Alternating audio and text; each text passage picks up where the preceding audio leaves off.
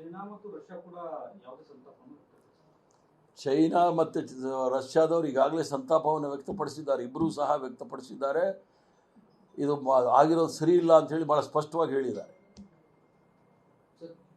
ಈ ಸ್ಟ್ಯಾಂಡ್, ಭಾರತದ ಈ ಸ್ಟ್ಯಾಂಡ್ ಮುಂದಿನ ದಿನಗಳಲ್ಲಿ ನಮಗೆ ಬೇರೆ ವಿದೇಶಾಂಗಗಳಿಂದ, ಬೇರೆ ಬೇರೆ ದೇಶಗಳಿಂದ ಒಂದು ಆತಂಕ ತಂದಿರಬಹುದಾ? ಈಗ ಪ್ರಶ್ನೆ ಬಂದಿರತಕ್ಕಂಥದ್ದು, ಅಮೇರಿಕ ಅವರ ಕುಕೃತ್ಯ ನೀವು ನೋಡಿದಾಗ ಇರಾಕ್ನಲ್ಲಿ ವೆಪನ್ಸ್ ಆಫ್ ಮಾಸ್ ಡಿಸ್ಟ್ರಕ್ಷನ್ ಇದೆ ಅಂಥೇಳಿ ಇರಾಕ್ನ ಬರ್ಬಾದ್ ಮಾಡಿದ್ರು, ಲಿಬಿಯಾದ ಇದು ಮಾಡಿದ್ರು. ಅದಾದ ನಂತರ ಮೊನ್ನೆ ಒಂದು 3-4 ತಿಂಗಳ ಹಿಂದೆ ವೆನೆಜುಲಾದಲ್ಲಿ ಹೋಗಿ ಅವರ ಅಧ್ಯಕ್ಷರನ್ನ ಜೈಲಿಗೆ ಹಾಕ್ತಾರೆ.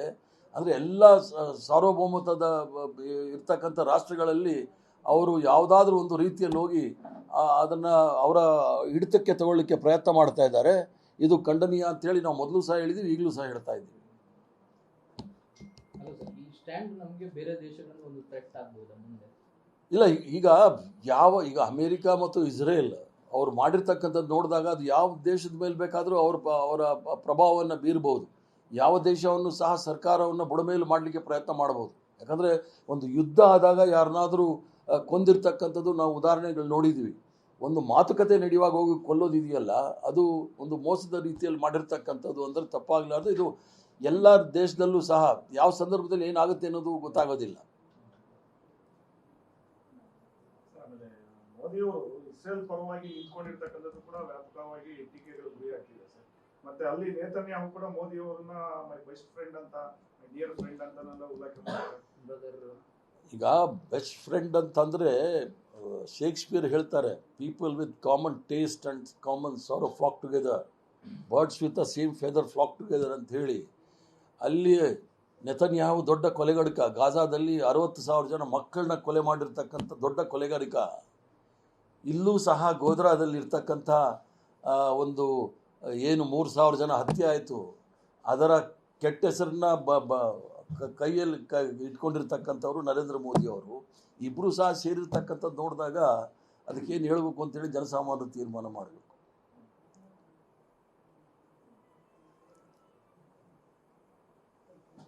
ಗ್ಯಾರಂಟಿ ಯೋಜನೆಗಳ ಬಗ್ಗೆ ಪರಿಷ್ಕರಣೆ ಮಾಡಬೇಕು ಅಂತ ಇನ್ನೊಂದು ಕಡೆ ಅಫ್ಘಾನಿಸ್ತಾನ ಮತ್ತೆ ಪಾಕಿಸ್ತಾನ ಕೂಡ ಯುದ್ಧ ಮಾಡ್ತಾ ಇದ್ದಾರೆ. ಅದು ಆಂತರಿಕ ವ್ಯವಹಾರಗಳು. ಯಾಕಂದರೆ ಅಲ್ಲಿ ತಾಲಿಬಾನ್ ಸರ್ಕಾರ ಇರೋದು, ಪಾಕಿಸ್ತಾನದಲ್ಲಿ ಅದು ಯುದ್ಧ ಬೇರೆ.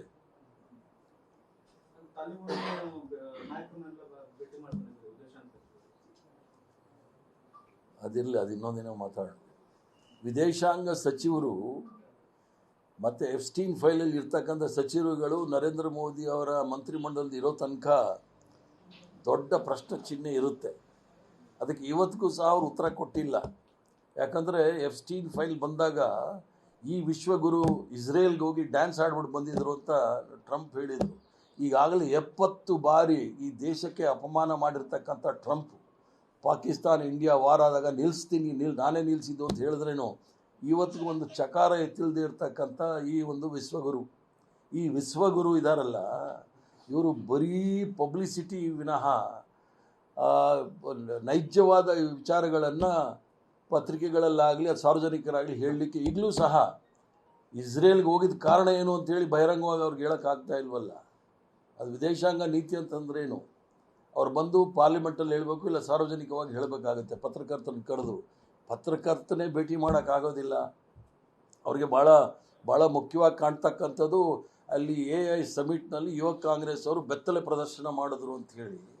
ಆದರೆ ಈ ವಿಶ್ವಗುರುವಿಗೆ ಮಣಿಪುರಲ್ಲಿ 2 ವರ್ಷಗಳ ಕಾಲ ಮಹಿಳೆಯರನ್ನ ಬೆತ್ತಲೆ ಪ್ರದರ್ಶನ ಮಾಡೋದ್ರಿಂದ ಅವ್ರನ್ನ ನಡೆಸ್ಕೊಂಡಿದ್ದ ರೀತಿ ನೋಡಿದಾಗ ಇಡೀ ಪ್ರಪಂಚದಲ್ಲೇ ನಾವು ತಲೆ ತಗ್ಸ್ತಕ್ಕಂಥ ಕೆಲಸ ಆಯಿತು. ಆವಾಗ ಇವರಿಗೆ ಬೆತ್ತಲೆ ಪ್ರದರ್ಶನ ಇವರಿಗೆ ಮನಸ್ಸಿಗೆ ಬರಲಿಲ್ಲ. ಇವ್ರಿಗೆ ಅನುಕೂಲಕ್ಕೆ ಬೇಕಾದಾಗ ಏನೇನು ಮಾತಾಡ್ತಕ್ಕಂಥದ್ದು ನೋಡಿದಾಗ ಹಾಸ್ಯಾಸ್ಪದ ಆಗುತ್ತೆ. ದೇಶದ ವಿದೇಶಾಂಗ ನೀತಿ ಯಾವ ಕಡೆ ಹೋಗ್ತಾ ಇದೆ ಅನ್ನೋದು ಸಹ ಇನ್ನೂ ಸಹ ಗೊತ್ತಿಲ್ಲ. ಸರ್, ಮೋದಿ ಅವರದು ವಿದೇಶಾಂಗ ನೀತಿ ದ್ವಂದ್ವ ಇರುವಂತ ಅಲ್ಲ, ಅವ್ರ ವಿದೇಶಾಂಗ ನೀತಿ ಎಫ್ಸ್ಟೀನ್ ಫೈಲಲ್ಲಿ ಸಿಕ್ಕಾಕೊಂಡಿದೆಯಲ್ಲ. ವಿದೇಶಾಂಗ ನೀತಿ ಏನು ಪಂಡಿತ್ ಜವಾಹರ್ಲಾಲ್ ನೆಹರೂರವರು 75 ವರ್ಷಗಳ ಕಾಲ ನಾವು ಅನುಸರಿಸ್ಕೊಂಡು ಬರ್ತಾ ತದ್ವಿರುದ್ಧವಾಗಿ ಹೋಗ್ತಾ ಇದ್ದಾರೆ. ನಮಗೆ ಒಳ್ಳೆ ಸ್ನೇಹಿತರಿದ್ದು ರಷ್ಯಾದವರು. ಕಾಶ್ಮೀರ ವಿಚಾರ ಬಂದಾಗ ವಿಶ್ವಸಂಸ್ಥೆಯಲ್ಲಿ ವೀಟೋ ಮಾಡಿದ್ದು ರಷ್ಯಾದವರು.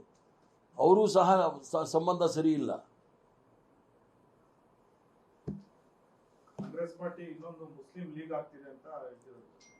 ಅವ್ರಿಗೆ ಪಾಕಿಸ್ತಾನು, ಮುಸ್ಲಿಮು, ಹಲಾಲು, ಹಿಜಾಬು ಮತ್ತು ಅಜಾನು, ಮಚ್ಲಿ, ಮಟನ್ ಹೇಳಿಲ್ಲ ಅಂದರೆ ಅವ್ರಿಗೆ ರಾಜಕಾರಣನೂ ಇಲ್ಲ, ಅವ್ರಿಗೆ ತಿಂದಿರೋದು ಅರಗೋದು ಇಲ್ಲ. ಭಾರತೀಯ ಜನತಾ ಪಾರ್ಟಿಯವ್ರಿಗೆ RSS ಇವ್ರು ಯಾವ ರಾಷ್ಟ್ರ ಅಂತೆ?